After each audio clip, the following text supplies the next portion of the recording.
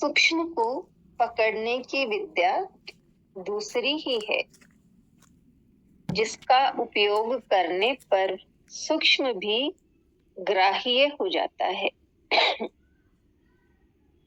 यह विद्या ध्यान व समाधि की है, जिसमें व्यक्ति स्थूल जगत के पार सूक्ष्म के भी दर्शन कर सकता है।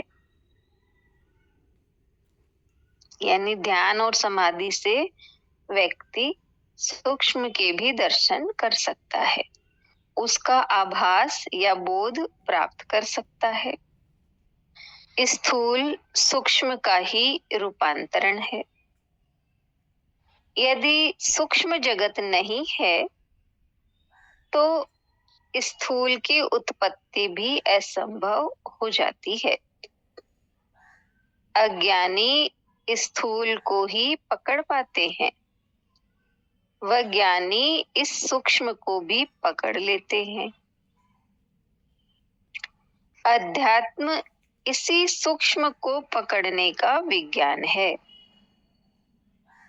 इसकी कुछ शर्तें हैं, जिन्हें पूरा किए बिना सूक्ष्म का ज्ञान नहीं हो सकता।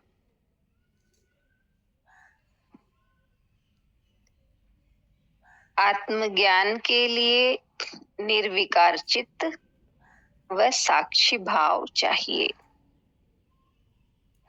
आत्मज्ञान के लिए निर्विकार चित्त व साक्षी भाव चाहिए। महर्षि पतंजलि ने कहा है, चित्त की वृत्तियों का निरोध ही योग है। इन चित्त की वृत्तियों को रोकने की भिन्न भिन्न विधियां हैं।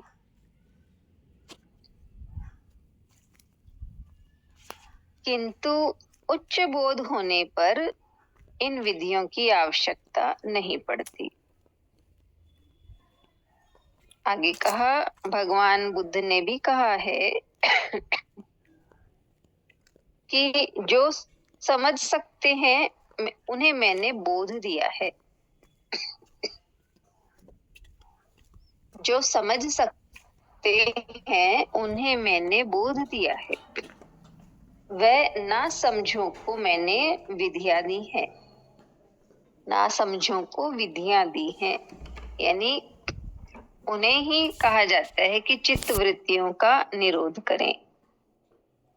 इन चित्त की वृत्तियों को रोकने के लिए अनेक विधियां हैं, और ये ना समझों को ही मैंने विधियां दी है।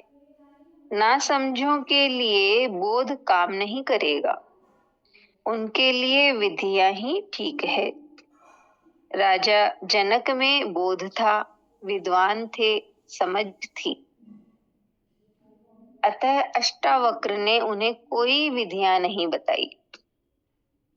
न यम नियम साधने को कहा, न आसन मुद्रा प्राणायाम बताए, न जप तप के लिए कहा, न गायत्री पुरुष चरण करवाया, न पूजा पाठ की शिक्षा दी। सीधे बोध को छुआ वह जनक जाग उठे। यह जनक का कौशल्य था कि जिससे सुनते सुनते ही आत्मज्ञान हो गया और कुछ करना नहीं पड़ा। गुरु ने भी उपयुक्त पात्र देखकर अपनी पूरी शक्ति का प्रयोग किया होगा, तभी यह संभव हुआ। बस इतना ही पढ़ती हूँ।